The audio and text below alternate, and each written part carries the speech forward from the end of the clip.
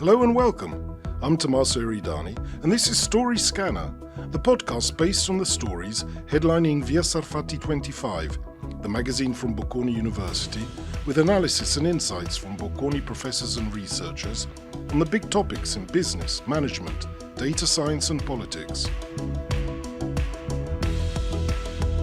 Today, we look at the new world order that is untangling, and particularly at Europe's role.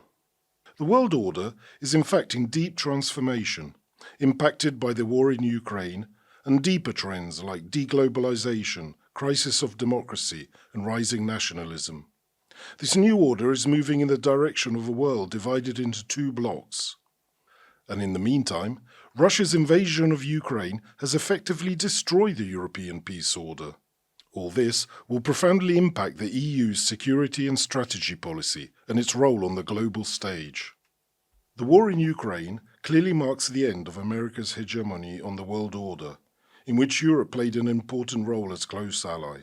And with China and Russia strengthening their ties, the global balance of power is shifting to a world divided into two blocs, under the leadership of the US and China respectively. So how will Europe fit into the new order split into two spheres? Will the US, shifting its focus to the East and the challenges posed by a more powerful and assertive China, including a possible flashpoint in Taiwan, remain committed to its ties with Europe?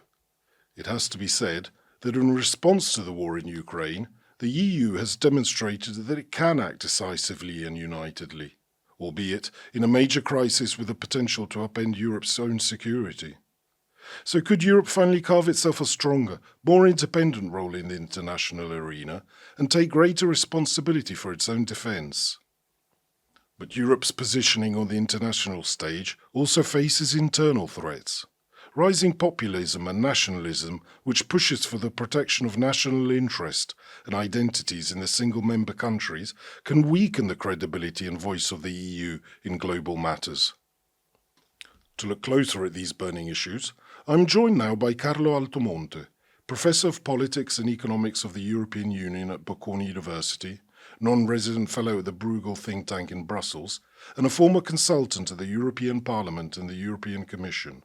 How would you judge Europe's response to the war in Ukraine? Well, Europe's response to the war in Ukraine has been insofar a response of unity. We have been able to put forward sanctions, which were required given the importance of the infringement of international law by Vladimir Putin and Russia. Of course, in keeping this unity, we had to do some trade-offs. We were thinking at the beginning to scale up sanctions not only financially, but also related to energy commodities, in particular imports of oil and gas. But the latter has proven to be relatively more difficult. On the one hand, because imposing price caps or bans on oils and gas is technically very complex, and also because those sanctions could have harmed in the short term the European citizens, because stopping the flow of gas and oil all of a sudden in Europe in March 2022, when we were not clearly prepared to handle that, would have been quite a shock. Could this be the wake-up call for Europe to forge a true common foreign policy and carve out a greater role in security and defence policy for itself?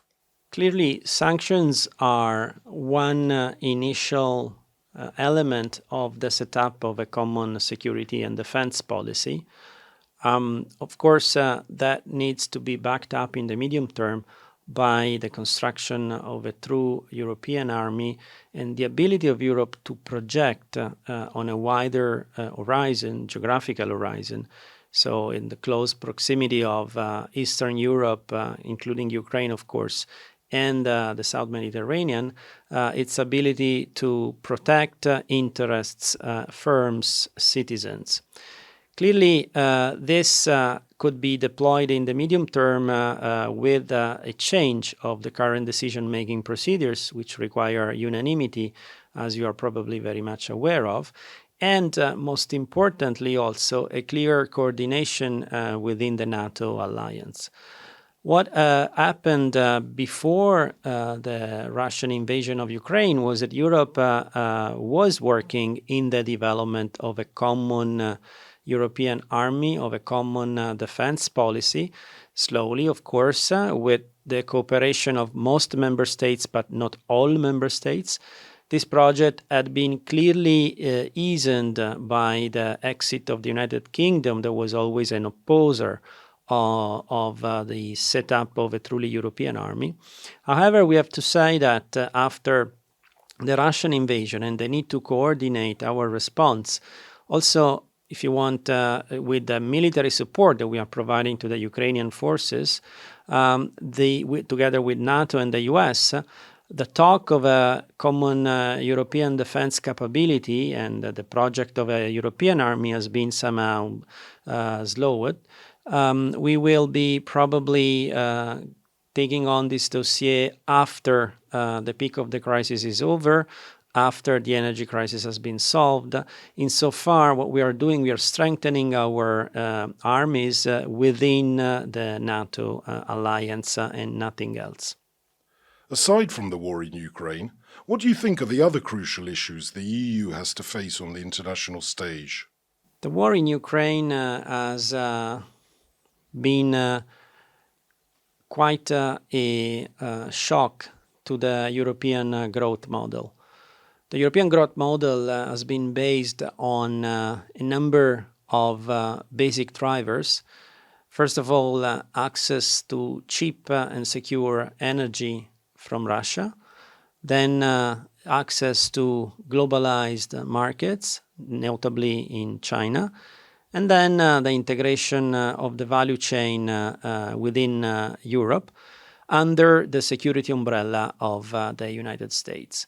So if you want, Europe could prosper in a global world ruled by, let's say, international institutions and international law, because in that global order, you could trust Russia, China, US doing what they promised to do. Now, with the Russian invasion, access to supply of energy is in question. Definitely access to cheap energy is in question because we are replacing Russian gas with more expensive fossil fuels, and the development of renewables is something that will be achieved over a 10-year horizon. Then we can also say that access to global value chains and international markets is a function of political preferences, if you want. And again, clearly Europe needs to invest more on its own security within the NATO alliance, as we were discussing, but clearly that cannot be left for granted anymore. So the challenge for Europe is to rediscover a model of growth that could hinge more on what we define as strategic autonomy, i.e. the ability of the EU to procure and secure autonomously its own means of growth.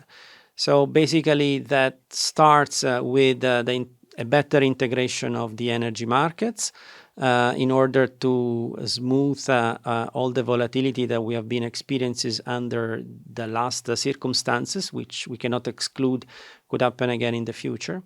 And then integrate a better common in a common framework fiscal policies across member states, so that together with monetary policy we could provide a coordinated response to external shocks that will be hitting Europe in the future, pretty much as we did through the pandemic. That requires writing a new set of rules, possibly even a change of the treaties, and this is always something that will require time and political capital to spend over the next months. How do you see Europe's role in the New World Order? Do you think that the hardening of the division of the global stage into blocs could also impact international trade for Europe? As we were saying, access to global markets is something that we cannot take anymore for granted in a world that risks of moving from a rule-based framework to a power-based framework. When Janet Yellen, the Treasury Secretary of the United States, talks about friend-shoring, i.e. the ability to move production not close or away from home, like we call about offshoring or inshoring, but where your political friends are, your allied are, that clearly segments the international markets in ways that are not necessarily those driven by economic phenomena and economic drivers. The latter, again, requires bringing a bit more international politics into the strategic decisions of European multinational companies and in the setup of European global value chains. Insofar, we have not seen a particular fragmentation of value chains globally, although we see some signals that companies are reconsidering some setups. In particular, for example, Germany is now producing energy-intensive goods in North America in order to save on the energy costs in Europe, but they're not producing them in emerging markets because strategically this is not the wise way of proceeding. So in a way, I see a world in which international trade will probably remain similar in terms of volumes, but it will probably change the geographical distribution. Less trade among the big regional blocs, i.e. Asia, North America and Europe, more trade within the regional blocs, so more trade within Europe and its closer countries, its neighborhood. And that again, this comes back to the role of strategic autonomy and the role that Europe wants to play in shaping up the rules that will be behind the evolution of the globalization model that we have set up in the past years. I hope you enjoyed hearing about how Europe's role on the global stage is shaping and being shaped. You can read more about this topic and many others in the new issue of Via Sarfatti 25 magazine, with opinion, research and insights from Bocconi professors and researchers. And I hope you'll join me again for the next episode of StoryScanner.